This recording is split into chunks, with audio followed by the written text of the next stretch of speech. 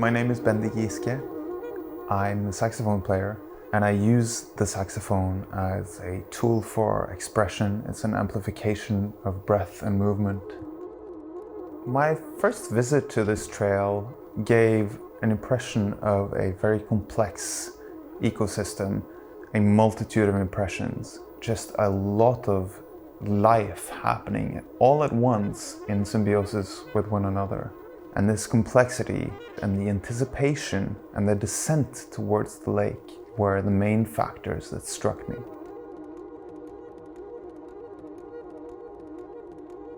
When I thought about composing something for this trail, I thought that it should somehow tell the story of this complexity, observe this complexity, and maybe even contribute to this complexity in a way that isn't imposing or colonializing, but listens. And so when I started working on this in the studio, I thought I should come up with a system that I could improvise within, and I came up with this arpeggiated theme, and it gives me the canvas to explore tempo and breath dynamics and harmony. This path really asks you to pace yourself. It's a steep descent, and I wanted the track to not lead necessarily the listener in any sort of direction. I didn't want to impose emotions on the listener. So I wanted to provide something that could be a constant that you could exist within as you explore the trail. So rather than something that leads you somewhere, I wanted it to be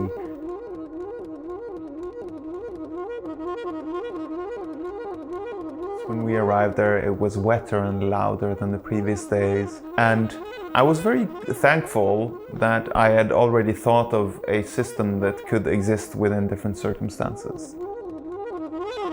I breathed into the instrument, but simultaneously the wind was really breathing life into the trees. And we could hear cracking, and we could hear the leaves rattling, and we could hear all sorts of sound. And with the moisture that came with the rain, the smells came alive. And the smell was something that we wanted to elevate by using this Mayan incense called copal, which gives you a sensory experience of the wind direction. And it situates you in the moving air. So this kind of movement of air and movement of multitude and this complex ongoing motion is something that we wanted to explore during the performance. And the weather really gave us an occasion to take a step back and listen to what happened in the environment rather than imposing ourselves on it.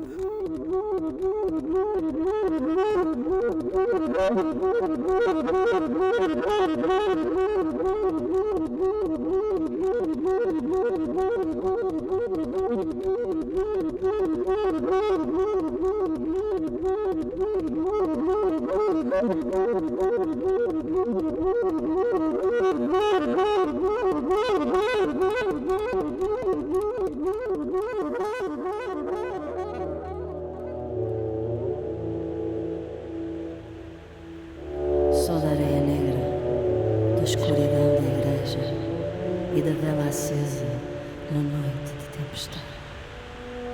Assombrada pelo pecado, vi os dedos do diabo e as chamas do inferno no quarto de trás da casa separada.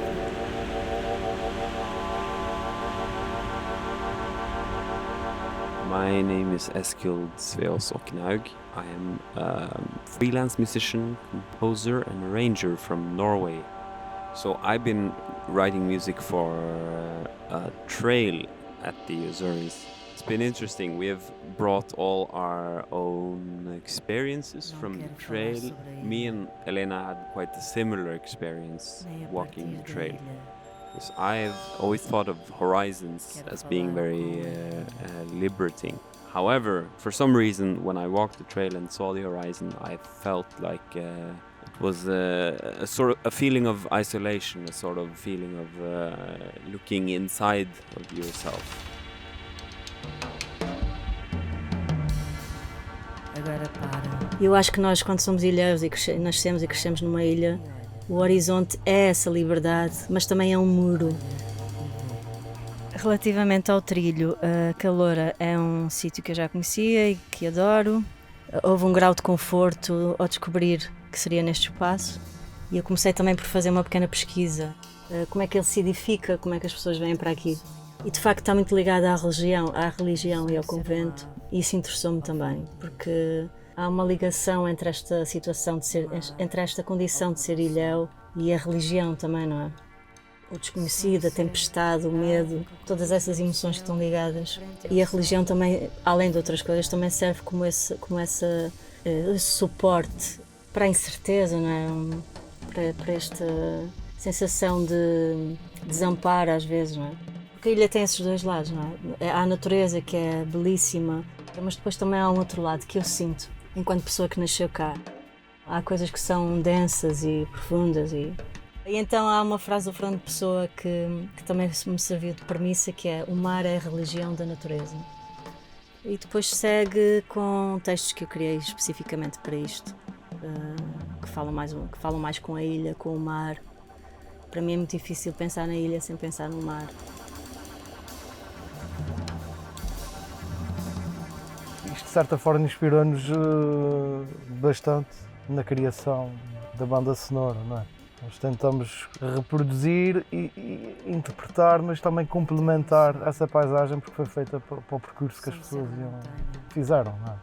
Tudo foi sempre em conjunto e aqui em conformidade, foi bastante democrático todo o processo. Mas a Helena sugeriu bem que a performance não fosse exatamente a mesma atmosfera do trilho, que fosse algo mais alegre, que desse assim algum impacto às pessoas depois de estarem no momento de mais contemplação. Quero ser a montanha, com os pés mergulhados neste mar, ao fim do dia.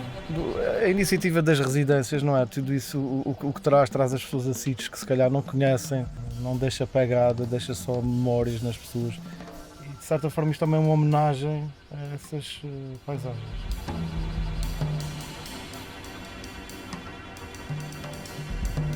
Tens um sonho. És a ave, a montanha e o mar. És a ilha que treme e embala. És o chão que ferve, a febre. És a mulher e o homem. Tens um sonho. És o sonho. This is Kjetil Mullid. I'm a Norwegian pianist and composer. I'm also really interested in hiking and walking in nice areas, seeing beautiful nature. And then I saw this project and I was like, this is meant to be. The first thing we did was to go to the hike, and it was more raw and brutal than I thought. More fields, raw cliffs, and water hitting the cliffs all the time. Waves keep getting into the cliffs, and you're so alone here because you can see the ocean. It never stops. It's you kind of feel like you're in the middle of the Atlantic Ocean, and you are. So that was a huge impression for me. I was kind of blown away about that feeling, and so when we started working with the music, that was also what we were talking about, the balance between beautiful nature and this raw, brutal feeling from the ocean. So the music came through improvising, and we had these pictures that we saw and tried to improvise with that mindset. Everyone in the group, in the trio, kind of felt like we could participate with our own kind of music expression into this project.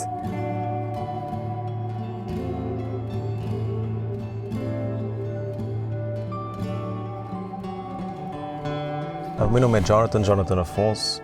Eu sou músico, toco a guitarra clássica e guitarra portuguesa e tive a minha primeira experiência aqui no Tremor, o que abriu agora a oportunidade para fazer parte deste projeto da Terra Incógnita. E também achei muito interessante o projeto de haver um grupo com vários perfis de música diferentes. E foi muito interessante como é que a gente compôs. Foi, em vez de ser, digamos, em música ou teoria, foi muito mais à base das emoções que a gente teve pela experiência que tivemos no trilho e também muito à base de imagens. Uma das sensações mais fortes foi esta consciência física da nossa localização geográfica neste trilho.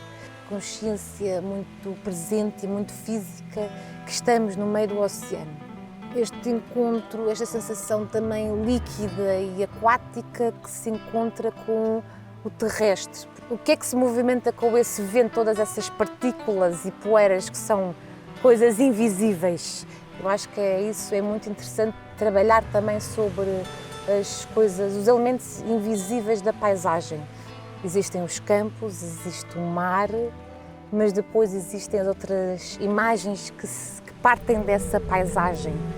E, por exemplo, nós trabalhamos muito sobre esta força do vento, porque de facto foi algo muito presente, algo que sentimos. O vento estava mesmo muito forte e nós trabalhamos muito sobre esta força do vento, mas ao mesmo tempo também a sua leveza.